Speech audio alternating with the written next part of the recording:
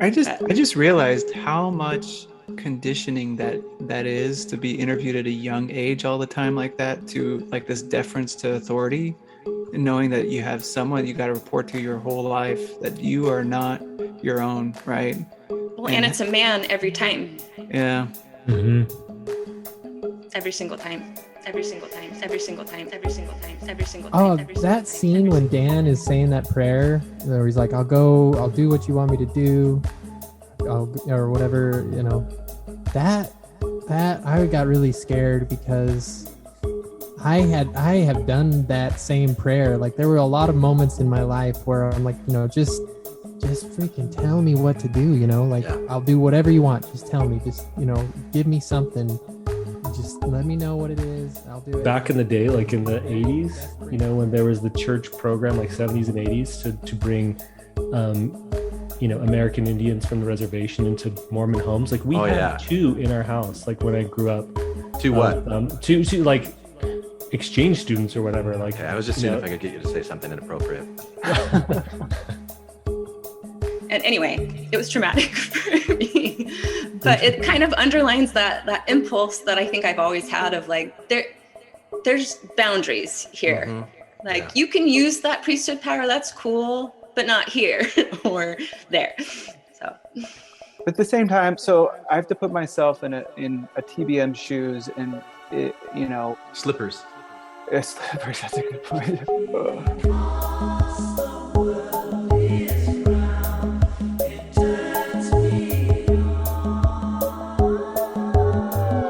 This is Infants on Thrones. Baby steps. You want someone to preach to you? The philosophies of men. I like magical toys. You want religion, do you? Mingled with humor. I don't believe in them. There will be many willing to preach to you the philosophies of men mingled with humor. We are evolving. Baby steps. You can buy anything in this world of money.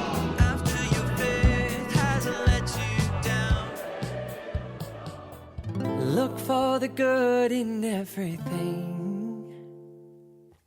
Look for the people who will set your soul free. It always seems impossible until it's done. Look for the good in everyone. So the recording is now in progress, all y'all. So all of you watched episode 3 of Under the Banner of Heaven? Yes. Correct. I did. Okay. So we're going to go through this. There are a lot of questions that I've got here, 11.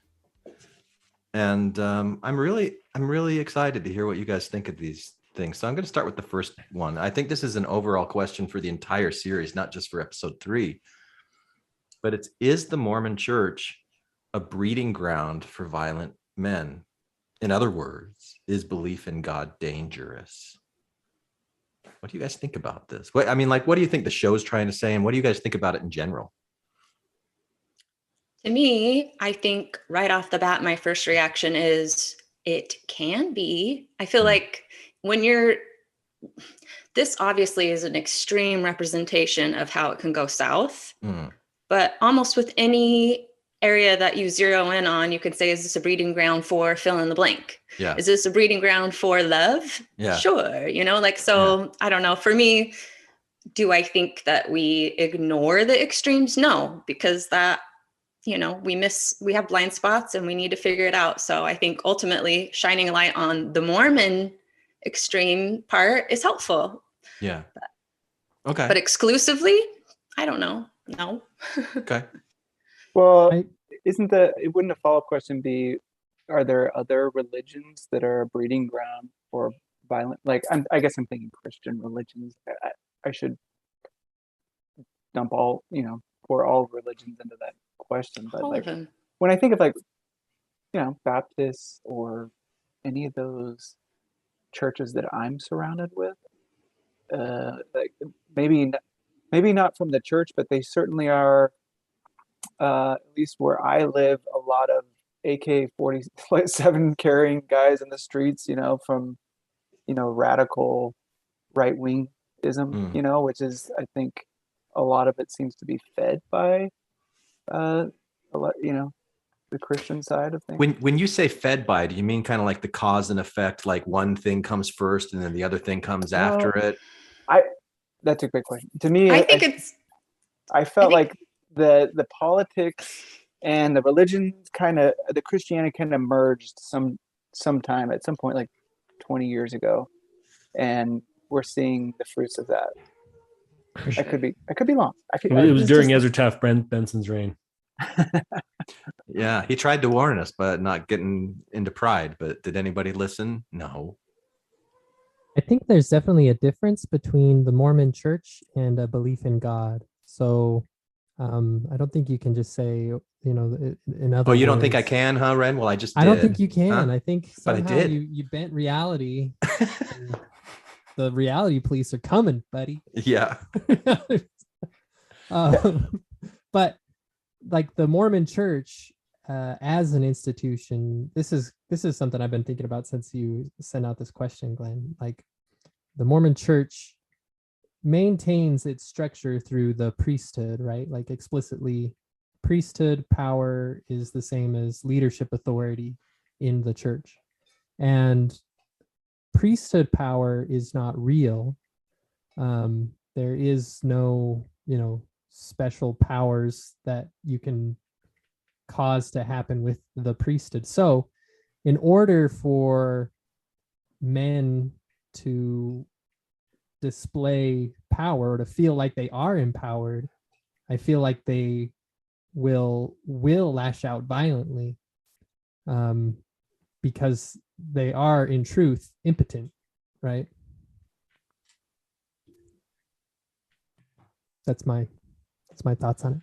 So I'm gathering that you say yes, that Mormonism is a breeding ground for violent men. Is that what you're saying? Yes, Okay. I am. Yeah. Mm-hmm. How about a belief in God? No, not on like an individual level. I don't think so. Like, any individual person, their belief in God doesn't breed violence, I don't think. Okay. Let me give you my take real quick. Yeah. Because when you asked the question, Glenn, I was thinking about it yesterday. Like the things that came to my mind immediately were certainty and like a lack of empathy are the things that, like, that combination to me are what lead to people willing to take up arms against someone else. This absolute certainty that what I'm doing is right, and then an inability to look at someone else and say this person has their own individual worth or their own rights, and I can go take those away from someone else. That's so whether it's like religion or politics or whatever high demand group you want to put that into, that's like, anyway, that's what felt most true to me in that sense of what is leading to violence. I just want to add really quick. Can I add? There's 3 ingredients that come to mind, kind of like what Curt's saying. As I was milling it over in my mind, like I was thinking power, obedience, authority. And just like other ingredients that make up the whole stew of Mormonism, having those 3 in there, it provides opportunity for some of that to, come out. But what do you think the percentage or the ratio is of violent men coming out of Mormonism versus nonviolent men coming out of Mormonism? I think it's probably like 2 or 3% are violent. Yeah. Well, like physically violent or overall violent? Yeah, because now you have to define violence, right? There's a lot of variation there. So Ren thinks like 2 to 3% or something. Are you saying like physically violent, Glenn? I just asking the Just question violent. about violent. I'm not going to define it for you. I'm just curious to know what you guys think. 15%. 15%. Yeah. Okay. I think thinking back on the last episode, I don't. One of the things I wish I would have done is define violence a little better, because I felt like we were. Jess made a comment in the last one about her situation when they were talking down about a couple that had died, hadn't been sealed, and it was violence, I thought, against their reputations. maybe not against them physically, obviously they didn't do anything, but it was against their reputations and who people in their minds thought of them. And I think we've given violence a very wide definition, and I think it comes down to harm, whether psychological harm, physical harm, all the harms that there are, to me is violence. And I think, the church has or the Mormon church has, I think it's kind of in its DNA, like all the way from the very beginning when Nephi cuts off Laban's head and says it's okay to, kill someone as long as there's a more important thing behind it. And that's the stories we were raised with, like Ammon cutting off the arms of all the men that were trying to fight, on and on and on. And so I think there's something to that. So what percentage would you give then, Reed? I don't know. I would say higher. I'd say like 30%. If because I'm broadening the definition of harm, Yeah. Okay. What do you think, Curt? Well, so in the Radio West interview that we listened to for the last episode, Dustin Lance Black, Doug Fabrizio asked him about the violence issue, and like Utah in general doesn't have a higher rate of domestic abuse or violence, or it's like the 13th lowest or something like that, 16th lowest, I can't remember. And Dustin Lance Black brought up the idea that, that may be true, but also a lot of that probably goes unreported because like himself was physically abused by his dad, and like they didn't go to the cops, they went to the bishop and talked about it. That being said, like obviously violence gets underreported, not just within Mormonism, but elsewhere also. And to answer your question, as far as like what I think, I feel like it's probably better than it used to be, but overall it's still probably pretty dang high, 21.5%. 21.5%. Okay, nice. Wow, I like that half. Do you think that Chris Rock was violent to Jada Pinkett Smith when he made that joke about alopecia? Yes, I think it's a form of violence. It's a form of violence. If you start thinking about violence in the terms of just cruelty, discount, like some of those conditions that you said before, I think, Curt, you talked about certainty and a lack of empathy kind of contributing to violence towards another person. I don't know. I really don't want to stay here for too long, but just interesting ideas. Let's move on to the next one, because Jeb's mom, who's suffering from dementia, keeps taking up screen time, and I'm asking myself why. Like, why? Because Jeb is a fictional character. His family is a fictional family. The mother is a fictional mother, and her condition, having dementia. Why create that? Why build that into a show? What value does it have, or is it significant to any of you? I had the same hunch that it's a plot device, that there's some way that will be filtered in, whether it's with Jeb's faith crisis or whatever he's trying to, figure out within himself, but then see his mom, who still holds on to a lot of these ideas. I don't know, seeing the function in her life. I don't know. I haven't thought about it too much, but yeah. So you're saying that like this mind that is not all there still will kind of cling to certain beliefs and thoughts and things that might come out at inappropriate, awkward times, just as a way of highlighting some of these weird Mormon beliefs. Yeah, well, I mean, with dementia, I have family members that have had that, and it's really, sitting and having a conversation, depending on where they're at, with what they're dealing with. Memories and things that are deeply rooted in there come out of nowhere.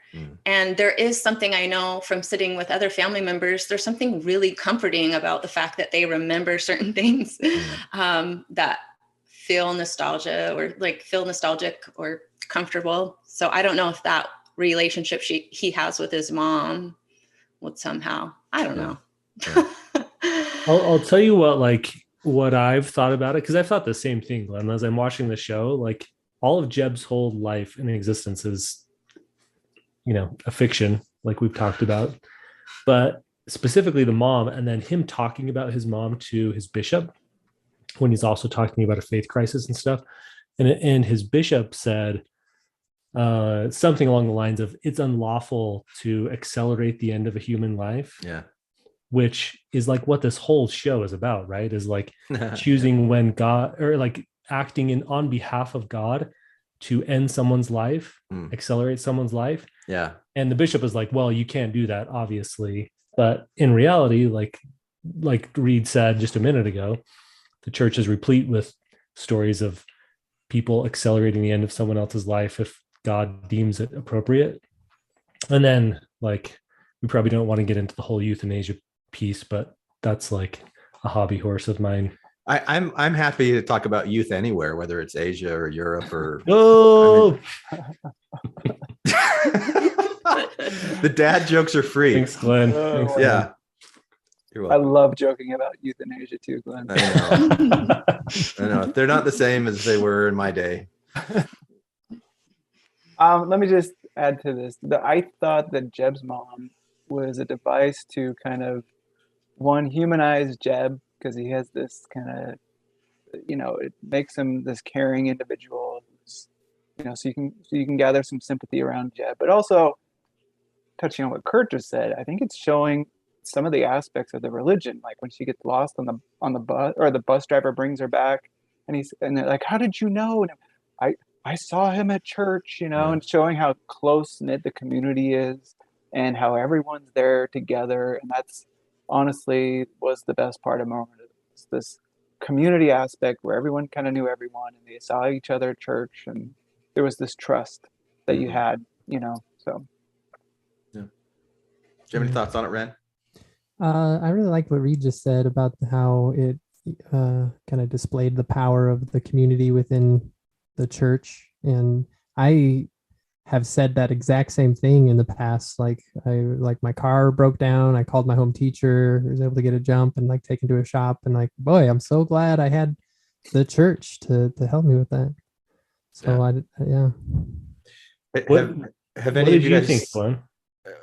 Well, I kind of what I steered Jess to think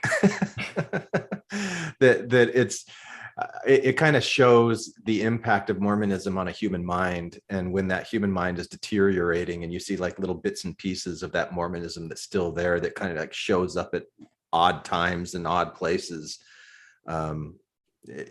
It's an interesting lens through which to filter the Mormon culture and kind of see it in different ways. I don't know if any of you have watched any of episode 4, which dropped earlier today.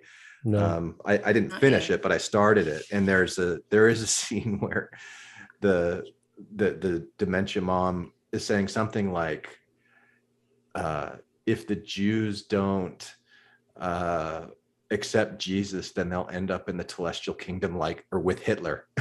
Oh my goodness. and then Jeb's wife is like, look, we've told you not to say things like that because it's hard on the girls, or whatever. It's like, so she's saying this inappropriate thing because she has dementia, and she doesn't realize that there's an appropriate place to reflect those kinds of beliefs that are part of the fabric of Mormonism. So it's so that having this character is kind of a device for the show writers to shove a little bit of the silly Mormonism in the face of viewers, a little bit, to highlight certain things like, wait, do Mormons really believe that about Jews and Hitler? And what is a celestial kingdom? And that sort of thing. So that's what I think, Curt. Well, I always have weird tidbits of Mormonism coming up in my life at the most unexpected random times, just like Dementia Mom, if that's what we're calling her. Yeah. Yeah. All right. Tidbits and bidtits. Okay. Number 3, latter days, dark-skinned Lamanites will blossom like a rose. This was said at one point by one of the Fundy Laffertys. Did you guys come across this? Was this part of your upbringing in Mormonism, that the dark-skinned Lamanites will blossom like a rose. It was part of like the whole end times thing that I was really fascinated with. Like I would go through Mormon doctrine and look at like signs of the times and end times. Like I would read all those entries, and I think signs of the times had like 51 signs, and I'd go through and I'm like, yep, that one's done. Yep, that one's done. Yep, That was this one's still to reassuring come. to you. Oh my God, I loved it. And so then I just always had an eye towards like, oh, when are the lost tribes going to come back? When are the Lamanites going to blossom like a rose? And I'm like, we're so close, you guys, because Bruce R. McConaughey said there was like 51 and like 43 of them have, right? So we're almost there. You know, it was. You have like a paper chain. Yeah. You can just create one for the remaining signs that need to come. But how about you guys? Did that? And also just one more thing about it. When Native Americans started having their casinos in Arizona and Utah, I went, oh, see, there's a fulfillment of this prophecy. That's how they're going to do it. That's how they're going to blossom like a rose. And then the other part of that was that they would rise up like a lion and destroy the Gentiles, like lions among the lambs or something like that. I've never heard the lions part of Has that happened yet? Well, it's part of the casino. In my mind, it was, because it's like, they're working on it. The wicked gamblers, they're going to get theirs, and that's going to feed the Lamanites coming back like a rose. And look, it's all happening. Wouldn't that be incredible if there was a casino called like Blossom Like a Rose? Yeah, it should be. There probably is. You know, we had back in the day, like in the 80s, you know, when there was the church program, like 70s and 80s, to bring you know, American Indians from the reservation into Mormon homes. Like we had two in our house, like when I grew up. Two what? Two like exchange students or whatever. Like, okay, I was just seeing if I could get you to say something inappropriate. And it was so odd, like thinking back on it now as you know, like as like going through the church, everything, like looking back on it, it's so weird to think on it now. Like one of them ran away. It was really traumatic for her. I'm positive like it was not a good situation. Yeah. And yeah, it makes me, it puts a pit in my stomach a little bit thinking back about it. But like, here's my question. When I was thinking specifically about the Blossom Like a Rose piece, did you guys believe that piece of it? Like that they like that dark skin was a curse and everything? I'm trying to think back to my beliefs, you know, 20 years ago or whatever on my mission or before. I'm curious your take, everyone here. Yeah, with regards to like the prophecy side of this, of like the Lamanites blossom like a rose, like the skin tone element was never like brought up in that prophecy in my family, but I definitely was taught that dark skin was a curse, right? Yeah. Like that was definitely was taught to me when I was very little, in like family home evening lessons. I don't, like, as a kid, it's hard to remember like what you believed as a kid. I mean, I must have believed it because my dad said it, right, as a kid. Yeah. But one of my oldest sister actually adopted some black kids, and all of a sudden when that happened, like none of that talk ever happened ever again. Yeah. it was like ooh. Here's from the perspective of a semi-convert, since I was in the church and then wasn't for a big chunk of time. Coming back to church as a teenager, I think there's something in the air, this awareness that there's weird stuff, and you just don't go there when you talk about things, because nobody really brought it up to me, you know, or really went in depth about, you know, dark skin curse or, you know, prophecies of what would happen, because I feel like it was breaching on that territory of like, too weird. So I absorbed it because I pay attention to, you know, little things, and I'd be like, why, what? But it was never something that anyone ever sat down and like told me or talked to me about.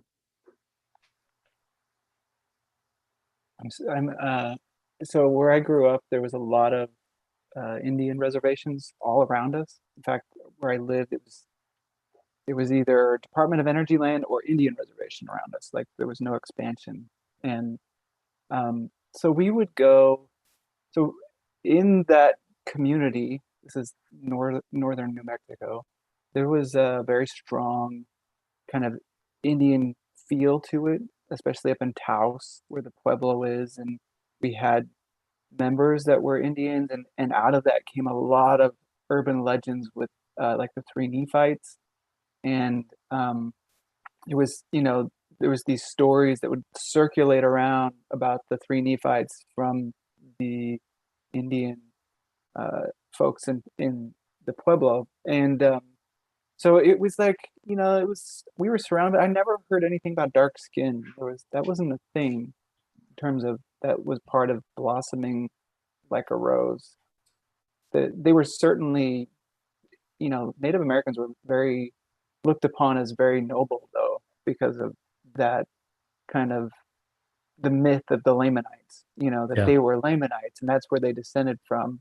And so, yeah. My grandma had a Mexican worker that would come in, house cleaner or something like that, once a week, that she called her Lamanite lady up until she died in like the mid 90s. I mean, it's just like, oh, my Lamanite. And she would say it with like a smile. She loved it. She loved that she had this Lamanite person. And she would kind of say it as like, look, I'm not racist. I've got a Lamanite person cleaning up for me. Would she say that to her? Like, did she know that she was the Lamanite? I was never around when she had her Lamanite person there, so I don't know. Interesting. Probably not. Maybe. Probably not. Yeah. All right. So how about that temple scene? Oh man. It was kind of like an out-of-body experience watching that. Did you guys ever watch Big Love? Did you see the temple scene depicted in Big Love? No. Yes, so, I thought this was more accurate. Yeah, more accurate than Big Love. Mm-hmm. I mean, I don't remember it looked too much. just like a temple. Like, yeah, they did a good job with the set. The set was good. Yeah. This one was farther back in time, so obviously I was not familiar with the verbiage and everything being different, but the way it feels, the way it looks, the way, it sounds is I thought was pretty spot on. Yeah. I haven't really been paying attention to people's responses to it, but have you guys seen like how are TBMs or like how are people generally responding to this? I read a thread that said like if you're a TBM, you can't admit that you watched this, right? Yeah. Because it's like got boobs, so Or off limits. Yeah, the whole argument too that if you've left, then you've forfeited your right to talk about any of this stuff, which to me is baloney, because we've invested just as much time up until and tithing money and all of that towards, it being a part of us and our lived experience. So, I mean, I do think there's something to be said about talking about things respectfully and, doing it with purpose or intent instead of just vomiting stuff. What do you think this is? I think this, I thought of the Brene Brown quote that she talks about how shame is born out of secrecy, and the minute it hits light, I don't know, what does she say? Blossoms like a rose. Basically, blossoms like a rose, something like that. But it just, to me, it feels kind of revealing in a let the light hit it kind of way, where I know it's not for everybody. It's not going to be received the same, obviously by someone that holds more of the belief and then, has spent more time out of it. But I have heard a lot of reactions on both sides. And the thing overwhelmingly on the pro side of it is just how necessary it feels to have validation. And this is what happens. See, like, I'm not crazy. Like, this is what it looks like. Well, absolutely. Like the ability to take back the things that were almost like held over your head as far as like, this is what you can and cannot do, and to be able to own those things. And for me to be able to choose what I want to talk about or not talk about or share is empowering to me. So like, if I want to talk about the temple with someone, I can talk about the temple with someone, or any of those things, like I get to own what I want to talk about and not want to talk about. And to have like someone else say that you should or shouldn't do that feels, I don't know, it feels exactly like it was in the church, which is overstepping your bounds on what's okay for other people to experience and how they experience those things. Yeah. Yeah. Well, anytime there's sacred over, secret, anytime there's secrets that are dressed up as being sacred, which I have no problem respecting, because we all have those in one way or another. But in this aspect, I think, it's just kind of asking for, just like we were saying with the violence, it kind of has an ingredient there to have shame kind of grow, and having it exposed feels therapeutic, I think, to a lot of people. Coming back to Glenn's question of whether we've seen anything about it, I've definitely seen some things about it not being good or, acceptable. It's never acceptable to expose, a very sacred, ceremony to the world that so this, what you just said, Jessica, that was kind of in terms of being sacred. And but at the same time, so I have to put myself in a TBM shoes, and Slippers. Slippers, that's a good point. White slippers. And is there anything in my life that's sacred that I wouldn't want anyone just showing, exposing to the world, like in terms of my belief system, or I don't know. And I had a hard time coming up with anything that was like, this is so sacred, you can never, and the way that you feel now isn't the more sacred something is, the more you want to share it with others without, right, excluding them from it. I think it's sacred because it's weird, right? It's secret because it's weird. It looks weird. You saw the hats, you saw, she's getting touched, all over the way they were kind of showing the fact that it was awkward for her to have her be what's it called? Were they initiatory? Yeah, the initiatory. Like, I think that's why it's sacred, because it's like, I don't want the world to see this. I would be so embarrassed if, people saw exactly what happened in the temple. Because the first time I went in that temple, like, what is going on here? What church what was do I the belong? horn? Did you see Didn't the have horn? a horn when you went through? There was no. It's called like the devil's horn or something. No, it's for real. It's broken off of a Mormon. It's from the Old Testament. There's a verse about when who is going to go ordain Daniel to be a prophet or something. He says the Lord tells him to fill his horn with oil and then go out to the sheep herders, and it's a verse from the Old Testament. It's a thing. Okay. Yeah. They still do this? Glenn, I just never seen it. In the temple I went. Horn, Glenn? You went through back before 1990, right? I went through 3 months after they changed the penalties. So I never directly experienced the penalty. And even now, I'm not quite sure what you guys are talking about with the horn. I didn't pick up on it. When you go through the initiatory, like I've seen this. I don't think it's like always, but like some of the temples, like they have like a sheep's horn or ram's horn or whatever, and that's like what the oil is in or whatever. I never did the initiatories after the first time again. Really? I never went through and did initiatories for the dead. Like if I would go through, because I would go through temple sessions, but I would just I didn't want to go through that again. I did liked not like initiatories. Yeah, I did too. Yeah, I would rather do that than the session. Yeah, just because it's quick. Nice. Yeah, it's exactly what I was gonna say. I liked it because you could do it in like 40 minutes. I think I liked it because it was a one-on-one thing, and they were always really nice, and you felt like you were doing, like, you could have their approval right there with you. Like, good job. Nice. Cool. I never went through any sessions with a live person. Like, it was very weird to, like, the feeling was very different with like a live person on the show, under the banner of heaven, with like the live guy like giving the lecture.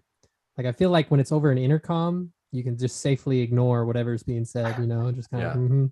Yep. You guys, one time I went to a live session at the Salt Lake Temple, and this, like, the dude who was doing the session at the front was like 130 years old. This guy was 1 foot in the grave. And every time he would stand up, you know, you're like standing up and sitting all the time. Every time, I kid you not, every time he would stand up, he would fart like as he was standing up. And like it took everything I had not to just like bust out laughing the entire time. Good. They were talking a little too loud in there, those ladies. Yeah, in the show. that was uncomfortable. Like that would You're never like, happen. "Guys, They're giving you the stink eye. Like, Right. Stop. So Glenn, I'm curious, in the fourth episode, did they show Dan Lafferty in the temple doing, because he was supposedly wasn't he one of the Satan characters? Oh, really? Yeah. I don't I know. remember that in the book, but it might have been a different. I haven't finished episode 4, so there might be, but I haven't seen that yet. Okay. Did you notice like Matilda in the background when they were making all the signs, and she was like doing it really lazily, like whatever. No. Like it was really great. I really like that. Yeah. All right. Yeah, that temple scene. All right. How about blood atonement? Blood atonement is a main theme of this show, and it's kind of they're presenting it as the undermining of Andrew Garfield's testimony as he's learning about blood atonement, and blood atonement becomes the way that the Laffertys are justifying what they end up doing. And really the main reason that I want to bring up blood atonement, to have a quick conversation about it, is so that I can put as an extended Easter egg on this episode the Brigham Young text from Journal of Discourses, where he says that if you love someone, what Jesus really meant was you kill them if they're bad. I read that whole piece in preparation for this tonight. And it's did you? I read, yes, most of it. And it's like, I had read it before, but it is mind blowing. Yeah. A handful of the things that he says. And if you put it in here, like it's crazy. Yeah. This is the way to love mankind, is what he says. This is the way. It's nuts. I did not learn about blood atonement until I was 30 years old. Yeah. And it was like, what the fuck? When I was a kid, I remember my parents teaching that in Utah, they had the death penalty could be done using guns to shed people's blood, because that's part of the atonement process. Oh, really? Yeah. Oh, I heard that too. You Really? heard it too, Jess? Mm-hmm. Yeah, Yeah. Tanner told me that that's a thing. So, and I think that the whole point of the temple scene is to show the slitting of the throats, because that's important to the story. Okay. Showing that. Yeah. But And that's a thing too, because I have a couple friends that are reading the book right now as they're watching it. And I don't think many people made the connection or knew enough about it, just mainstream Mormons, that there was, blood atonement was such a main component of the murder. Yeah. So I think that maybe is relevant too, just to see motivation, that it's connected historically. Yeah. That's good.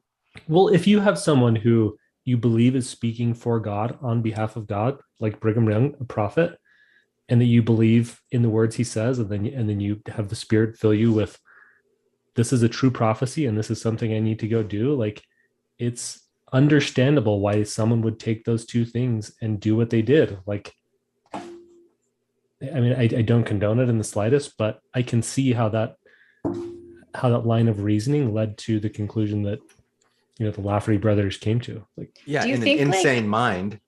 right. Well, yeah, like that's what I was going to say. Because like in the soup of Mormonism, with all the different things that people value, is there something about Lafferty's that values obedience more, or holds that up higher, or authority, like which, how are we measuring which things are most important to live by? Right. Or which things to obey and which things to reject. Right. And depending on your environment and the things around you that are informing what's important or not, then you can take those things in very different directions, I guess. Yeah. Have you guys ever heard of this like philosopher guy? His name's Slavoj Žižek. No, but I'd like to hear you say that again. Yeah, please do. Slavoj Žižek. All right. Okay.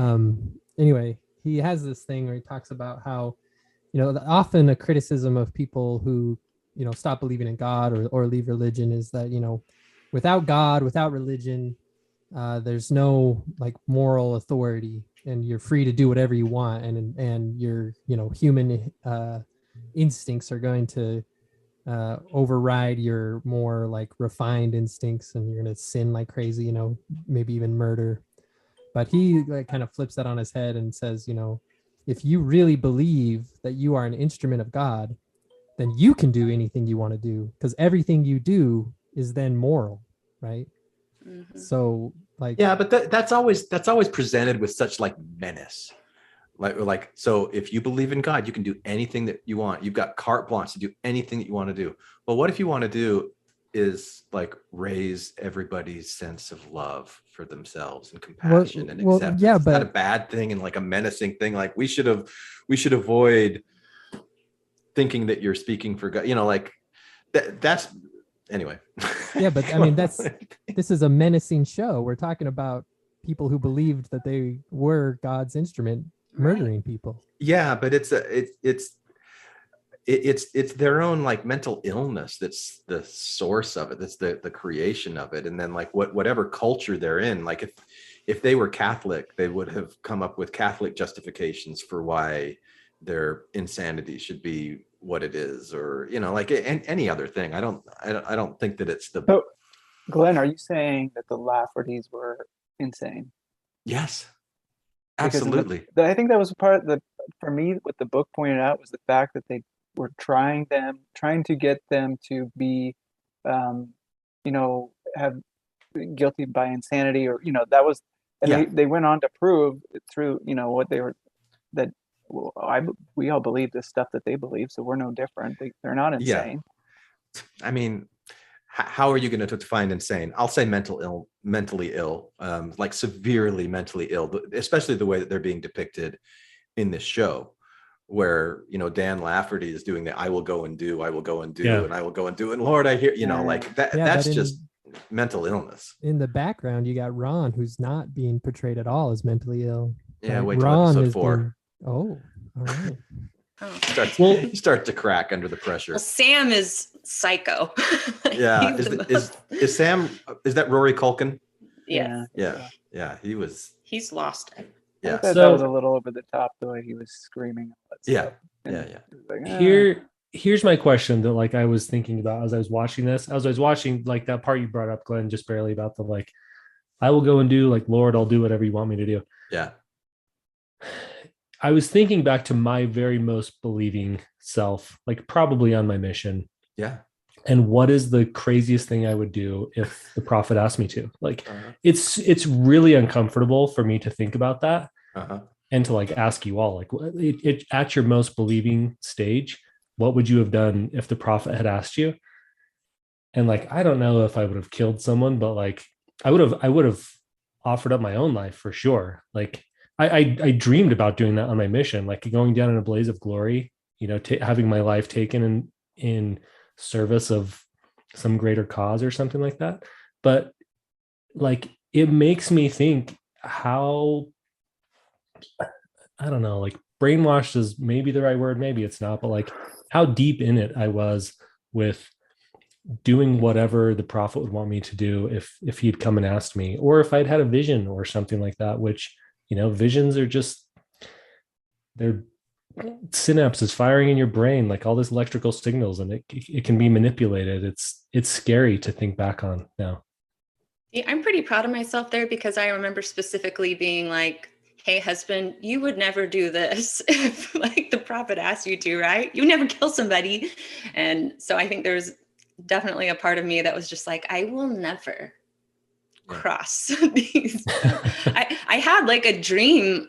I have lots of dreams. I have lots of visions, guys. But I had a dream. I remember specifically towards the end of me staying in the church, where I remember going to a potluck, and it was at someone's house, and crowds were beginning to form in the back of the house. We were all taking notice, and I start winding through the crowd, and I see this gigantic hole in the back of the backyard, like a pit that just goes deep into the earth. and people just were jumping into this bit. Wow. And I remember looking around just like, is anyone noticing how insane this is? But nobody really was. And I was trying to find my kids. And anyway, it was traumatic for me. But it kind of underlines that impulse that I think I've always had of like, there's boundaries here. Mhm. Like Yeah. you can use that priesthood power, that's cool, but not here or there. So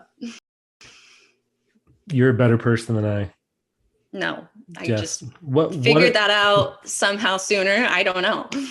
But What are your thoughts, Glenn and Reed and Wren? On Like Jess's what dream? would you have done? Or like what would you have done? Like what were your limits? Like when you thought about that idea of like that scene when Dan is saying that prayer where he's like, I'll do what you want me to do, or whatever, that I got really scared because I have done that same prayer. Like there were a lot of moments in my life where I'm like, just freaking tell me what to do, like Yeah. I'll do whatever you want. Just tell me, just, give me something. Just let me know what it is. I'll do it. And like in a very desperate, repetitive, like plea. yeah. And I don't know. I think the fact that I'm here with all of you having this conversation means that I wouldn't have killed someone if the prophet asked me to. I hope. I don't know. Yeah, So- I'm with you, Kurt. Like I don't want to think about what I would have done. And that question came up as we were watching the show between my wife and I. Like, what if the prophet came out and said, "You got to kill your neighbor"? You don't think there would be a bunch of people out there struggling with that question, like whether they should do it or not? To me, the answer is absolutely yes. You would have people that would struggle with it and wonder if it was the right thing to do because they're so obedient to that authority and they absolutely worship it. So When I was on my mission in the MTC, I committed that I really wanted to have such a close relationship with the Holy Ghost that there was really no division between like what I thought and what I was being prompted to do. I just wanted to be so wide open, and I just gave this prayer. I was on the bottom bunk in the MTC. Heavenly Father, I am just good. Any impulse that comes into my head, I'm just going to follow it, and I'm going to trust, and I'm going to have faith. And this is my commitment to you in the name of Jesus Christ. Amen. And then I laid there, and in my head, I thought, all right, get up. I thought, okay, this is my first test. All right, I'm going to do it. So I got up, and I'm like, okay, so I'm standing there, and I'm like waiting for my next instruction. Go stand by the wall. So I went and stood by the wall, and I'm like facing the wall, like, well, all right, okay, I'm waiting for my next instruction. Quick, go ahead. What is it? And I just found myself standing there staring at the wall, and I started laughing, going, okay, all right, I get it. And I went back to bed, and then that was it. And I'm like, okay. That was your Abrahamic test. If I just listen to my own voices in my head, I know I'm a practical joker. I'm just gonna be playing jokes on myself all the time. yeah. So but anyway, so that was my kind of big experiment into wanting to be faithful all the time. I don't know if the prophet would have told me to do something if I would have done it if I didn't really feel like that was the right thing to do, because I always kind of put my own authority a little bit above others, even as a kid. So, that's good. yeah, maybe they didn't think so at the time. I don't know that my mom would agree with that. All right, let's go to Hans Mill and Joseph's surrender, because I loved this. I loved the way that they showed Joseph Smith. They present this whole thing, and I'm like, oh, they're about to say nits make lice. Watch, they're going to say nits make lice. And they said, and I'm like, yeah, I know the stuff. Yeah, they're talking about my people here. But then after they showed the whole Hans Mill massacre, like, and what was Joseph's response? Was he like, let's get an army and go fight these people? It's like, no, it was peace. And like he himself went and surrendered. And I loved the way that they showed it. Yeah. And it made me think, like for all of the shitty things that Joseph did where you could look at him and go, yeah, this guy is a con man. Like I've seen enough con man shows. Like how many genuine con men would really turn themselves in at that point if all they were was a con man? And so it kind of made me question, like, why did he do that? Why would he do that? And I just thought he must have really loved these people. Like he must have really loved these people that he was willing to sacrifice himself to go and do, not knowing beforehand what the Lord commanded to do, and really put that on the line, his body on the line, just so that those people who followed him would not be slaughtered like that again. And that was a nice reminder that he had that as part of his character as well. I'm curious, like, what did you guys think? Go ahead, Curt. Well, just like the reenactments, you brought this up last week, Glenn, like how young Joseph looks in the reenactments, like him and Emma both. I think that goes a long way to humanizing him a little bit more than even that you see like with the reenactments that the church does, honestly. To just be like, this was a guy, who had thoughts and feelings and was really complicated and probably did a whole lot of shitty stuff, but then also probably had like genuine feelings of love for other people at the same time, which that's what I took away most from that scene you're talking about. Yeah.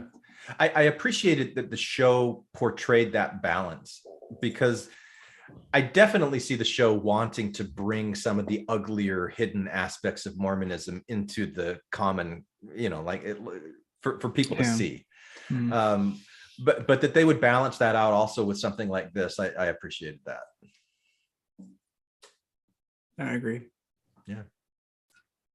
And then it led up to this triangle between Joseph and Brigham and Emma, which I just thought was fascinating, and how it showed that there was pressure that was put on Joseph by Brigham Young and others to become more aggressive. And they talked about this, like once he became more aggressive, that gave birth to the first destroying angel, and showing Porter Rockwell killing Governor Boggs. So time out here, Glenn, with all this gushing on Joseph. So have you... Was that just gushing what I just did? How he turned to aggression? You were gushing on it? Yeah. So some of the things that I've been reading, because Hans Mills now in the news, a lot of people are trying to like point out some of the other history surrounding Hans Mill. Okay. And one of them is the guy that shot the kid was kind of mentally ill. Mm-hmm. And but right before that happened, they had marched him, and Joseph was like involved with all this on a cannon. Have you guys heard this? No. Like they paraded him through the town tied to a cannon, and they shot the cannon off, completely humiliating that guy. And then they let him go, supposedly.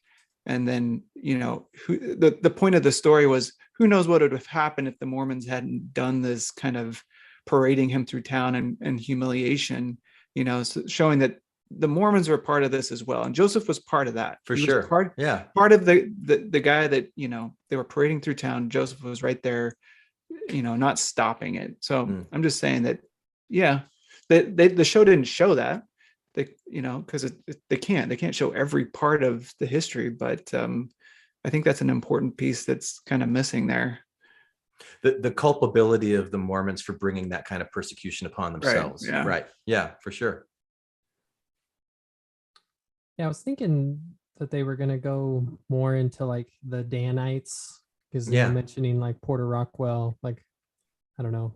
I feel like there was a lot more time between like Hans Mill and the assassination attempt, and like a lot more, I don't know, drama that could have been added to the show, or explain like the whole formation of the Danites, because that's like basically what the Laffertys are, right? Like modern day Danites. Right. Well, sort of.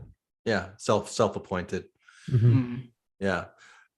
Yeah, if you understand Mormon history, you know that there was the whole Liberty Jail time in Quincy, Illinois, and bringing, creating Nauvoo and all that stuff before the Governor Boggs killing and the formation of the Danites. And they did show that there was a shift. And this is one of the things I liked about that power triangle between Brigham, Joseph, and Emma, because in a short amount of screen time, they were able to communicate that Joseph changed over time, from being more of a pacifist to being more aggressive. And then again, in episode 4, they show him in his general's outfit with no explanation at all. He's just in it. It's really interesting. I mean, they brought up in this episode how Joseph ran for president, right? Yeah. Wanted to become president, which I thought was interesting. Yeah. Okay. I was reading about Porter Rockwell. Yeah. In his assassination attempt of Governor Boggs. Yeah. He fired 17 shots at him with a flintlock pistol. Which how many chambers does that? I mean, 17 shots? I looked, Glenn. So I think the one he had 4 chambers. Jeez. But still, it takes like quickly 20 seconds to reload each chamber. Yeah. To do it. And so to get off 17 shots, and he hit him 4 times, but he didn't die. Anyway, that was just an aside as I was researching this episode. You got it. Nailed it. Nice. Way to prepare, Curt. Yeah. I didn't know that. All right. So the other scene that I really loved and just kind of stood out to me in this episode was the bishop's interview.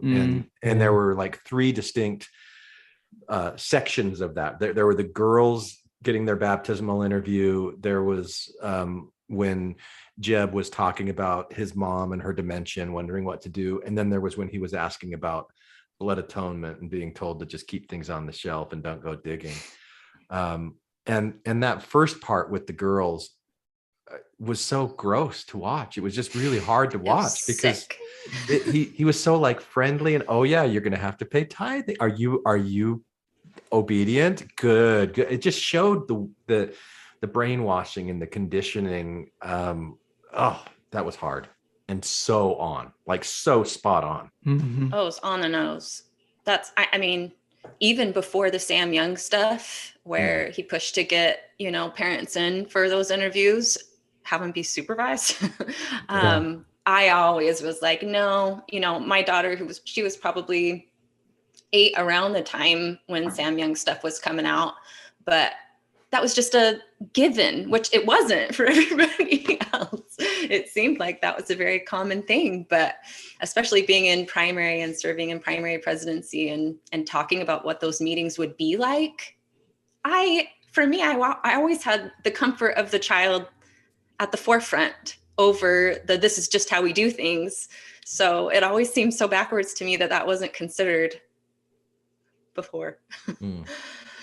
I just realized how much conditioning that is to be interviewed at a young age all the time like that, to like this deference to authority, and knowing that you have someone you got to report to your whole life, that you are not your own, right? Well, and it's a man every time. Yeah. Mm-hmm. Every single time. I remember going in with my daughter right as I was kind of losing my, faith, and he asked, she was turning 12, and he said, do you obey the law of chastity? And she didn't know what that meant. She's like, what's chastity? And then it got really awkward between everyone, because here's this man asking her about her chastity, and she's 12 years old. Yeah. And I was like, can't we just, I didn't say it, but I would just let the bishop handle trying to explain what that meant, because I wasn't about to go there. And I didn't have the courage to kind of. Yeah. That ain't nobody's business. Yeah. Yeah. Especially an older man that's a stranger. So. But same icky feeling that, in terms of what Glenn was saying about, it felt gross. Here's the thing too, because I would say that I've had some really amazing bishops at the same time where I've felt maybe in comparison to not so great ones that they were really kind and listening and respected boundaries and whatnot. I can honestly say, from the experiences I've had, that they are put in positions where they don't know, and that part of the show where the bishop said, I'm not trained as a historian, or fill in the blank, and just saying, this is what I was appointed as, so I don't need to talk about this or explain whatever, like that. I feel for that in some capacity too, though, because they are just thrown in. Yeah. They're doing the best they can. Yeah. So. Yeah, he seemed like a really competent bishop in the show. Like all of the bishop interactions I've had in real life, they're always awkward, so awkward, because like I'll try to like relate to them and be like, yes, this is what's been going on in my life. And then they're just blank faces and like, well, okay, keep paying your tithing. It's like, all right. I just wondering what you thought about, suicide and stuff. Oh. That's terrible. Yeah. Well, if you commit suicide, you can't keep paying your tithing. So of course. Yeah. We're just gonna skip. They don't over want you that. to do that. Yeah. Yeah. Anything else you guys want to say about that bishop interview scene? Yeah, I'm hearing about a stake president all over the place right now. Have you seen the stake president? Oh, in episode 4? Yeah. Yeah. No. Yeah. Oh, Okay. I'm looking forward to that one. Okay. I might go watch it right now. Yeah. Well, I have a question. How many bishops or other leaders told you about the shelf, like to put it on the shelf as a solution when you have a doubt or you have something that's a sticky issue that specifically say shelf? Yeah, that's a contrivance. Anybody? Yeah, they're doing that to set up some things that get paid off in episode 4 and other places. Okay, because I'm going to tell you that I heard that phrase told to me. There's a thing kind of like a shelf. To put it on the Really? shelf? Yes. Wow. Literal shelf. Wow. So I was just curious. I don't know if that's a common advice piece. I didn't hear about shelves until after leaving the church, so They definitely existed. Maybe they talked about it. Yeah, maybe they talked about putting your doubts on a shelf before, and it just like went over my head because I didn't have any frame of reference to any reason to pay attention to it. But just a saying, a silly saying. Yeah, I hadn't thought about like having doubts that are on a shelf until I heard other people talking about it like way Maybe after I just had a lot of doubts, and so they're like, we have to figure out something to tell her. So did you ask your bishop about those doubts, Jess? I'm just curious. Oh, for sure. See, okay, this is where, like, unlike Wren, I would spend hours just hanging out with bishops or whoever and just talking. And I really got a good sense from a lot of them, and specifically the ones, towards the end, where they were coming from. And that really helped me know what kind of questions to ask them, or, what feedback I could like expect. Mm-hmm. But I loved it. It was so fun. Yeah, I did not. I never asked my bishop one thing about any doubts that I had, except when I was leaving, I told him, and he was great. He's like, yeah, everyone has different, faith paths. I'm always fascinated by him. That was about it. That's really nice. Yeah, it was great. I think the scene right after the bishop interview, I think it's right after the bishop interview, really kind of locked in place for me a theme of like the perpetuation of like cycles of violence or cycles of misogyny, but like how the bishop kind of tries to shut down Jeb. Yeah. And then he has that conversation with his wife. Yeah. And he's like, I don't want to baptize these girls. And she's like, oh, you will. And he's like, no, I'm shutting this down with my priesthood. Right. Like that really, like, I was like, oh, it was like a spiral of like, how these like behaviors and stuff get passed through people to other people. And I was like, it felt like at that moment, our hero Jeb had fallen because he too was a misogynist. Yeah, right. Jeb is also a misogynistic ass. Like he's part of the culture, the soup that he grew up in. The most unrealistic part of the show to date for me was after he shut down. Right. Like after he shut down with his priesthood, his wife, Rebecca, is that her name? Was like still all turned on by him and was like, "You're not leaving this room." That would never happen. That would never fly. Yeah, that seemed very strange to me too. And she seems like a much more sexual Mormon woman than any Mormon woman I Okay. was ever with. What, the first episode's like Yeah. 2 a.m. She gets home and she's ready to go when he gets home from work after being gone all day. Speak for yourself, Glenn. Speak for yourself. Like we did divorce. It was not a strong area. You don't of our need to share relationship. details. Yeah. Did you ever say before you kissed, "In the name of Jesus Christ"? No. Like it reminded me of Uncle Jesse, when he said, "Have mercy." It was like the same sort of thing. Like, in the name of Jesus Christ. No. But there were a few times when I would either do the Hosanna shout or I would use handkerchiefs for something. It was one of those two, and I'll just kind of leave it at that. Oh man. I am dying. Kurt died. Oh boy. All right. Last thing, and then we'll just kind of see if there's anything else you guys want to talk about. But the way that the episode ends, Brenda is hoping to recruit Diane to help the Lafferty boys off their wicked path. And I was just wondering, like, how well do you think that's going to go?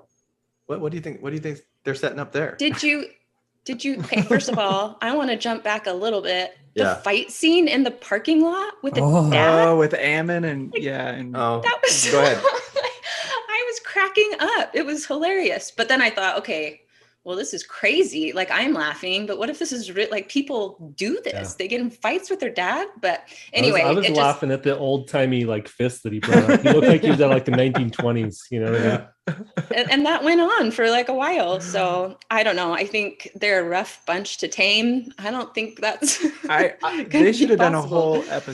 whole episode with Ammon boxing Ron. And just I'd have watched that. Have you ever witnessed like an adult human, like, violently discipline another adult human in real life? I've Like, seen them put them in their place, like verbally, Yeah, but that like not physically. Will I've Smith seen- slapped Chris Rock. yeah, Oh, yeah. that was one. But like Have you Ren? I've seen older teen boys get violently like disciplined, or they're pretty much like adult men almost, right? And boy, that is so awkward. Just to watch like somebody spank an adult person. It's like, what are we all doing here? What's going on? Yeah.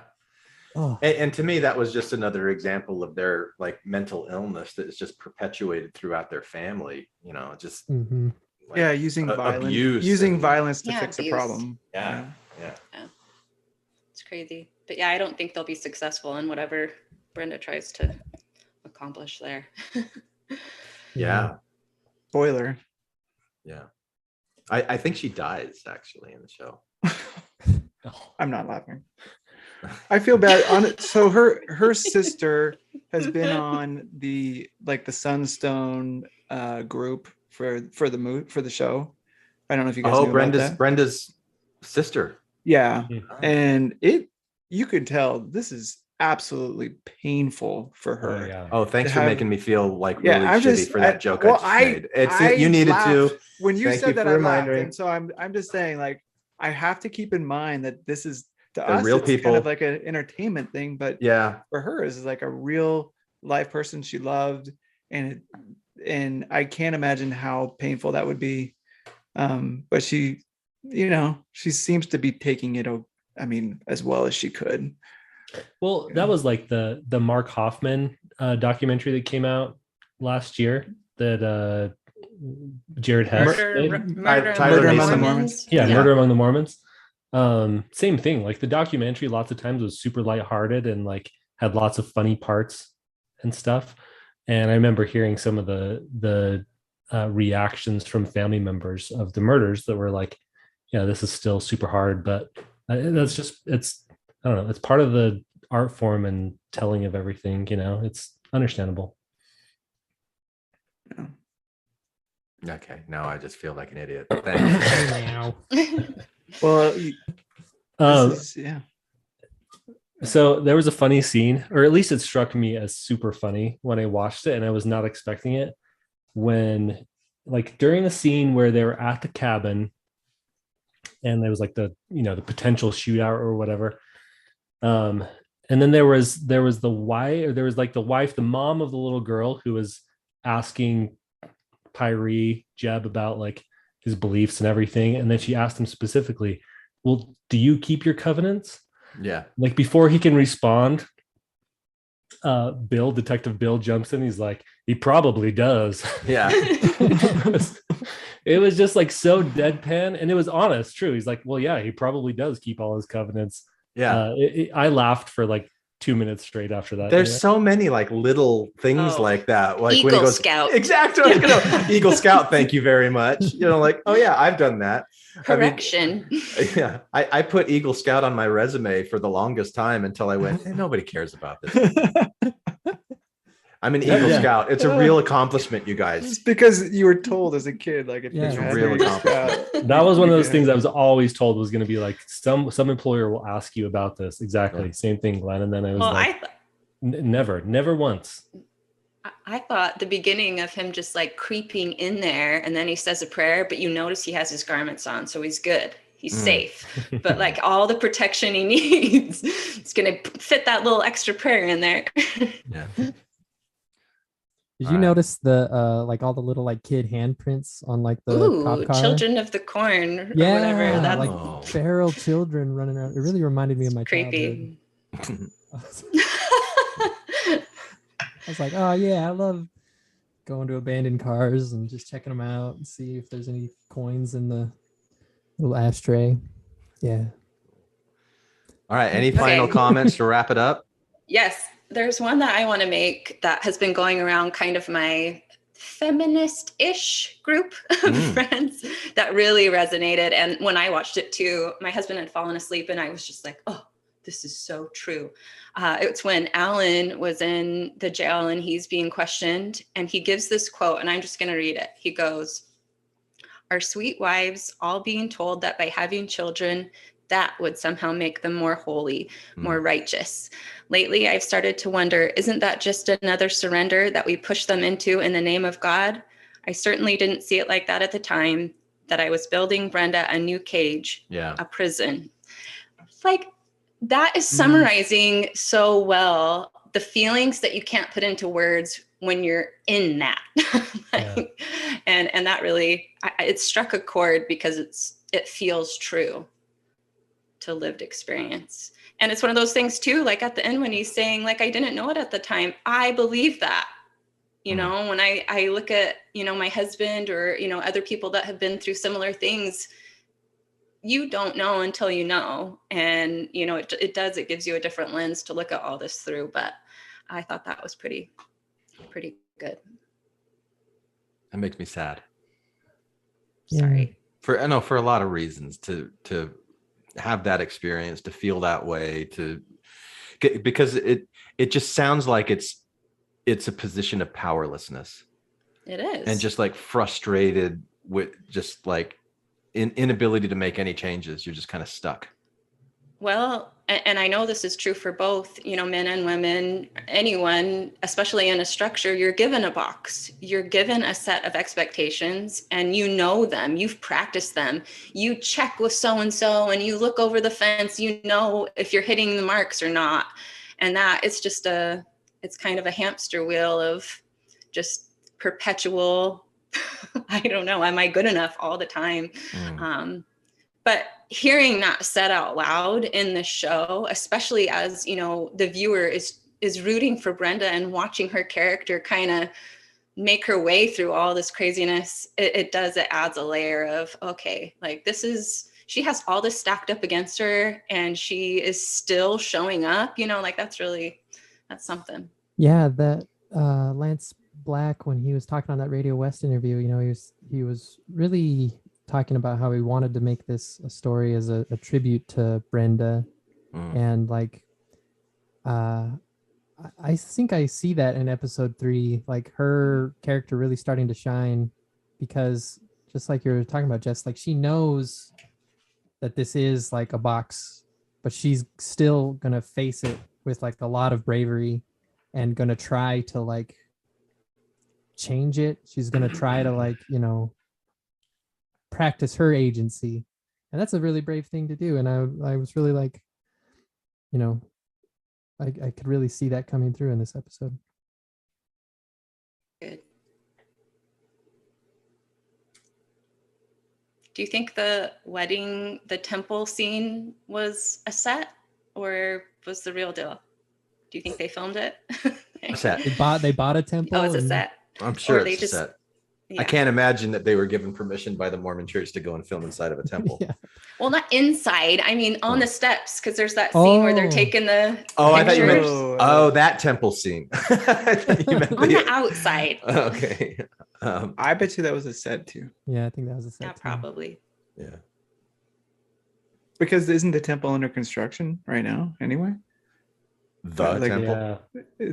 I should say the Salt Lake Temple. Yeah. But One of my older brothers got married in the Salt Lake Temple, and I was like 5 or something, and we went there, and it was the first time I'd like physically gone to like a temple, and you know everybody's always talking about it, and I thought to myself, if I touch the stone of the temple, God will give me superpowers. So I like slowly like reached out and touched the temple, and then I didn't get superpowers, but Yes, you did. Wren, you were like the woman touching the hem of Jesus's garment, like pulling the superpowers from him. I think you just don't recognize your superpowers yet. We felt them. They're there. Mhm. All right. Well, thank you guys. It's been fun to talk about episode 3 of Under the Banner of Heaven with you. I look forward to talking with episode 4 about it with you. Love it. Love it. Good. Put down the weapons that you use against yourself. You don't need them anymore. Lay down the weapons that you use against the world. We don't need another war. Put down the weapons that you use against yourself. Hi, this is Hillary. Matthew, Ryan, Carol, Keith. Ashley, and I like to play bingo online while listening to Infants on Thrones. You can comment on this episode on the website, infantsonthrones.com. And if you really like what you hear, give the Quorum a 5-star rating and write a short review on iTunes. I did. Anyone for the closing prayer? My worst crime is an inside job. Dark thoughts taking over like an inside mob.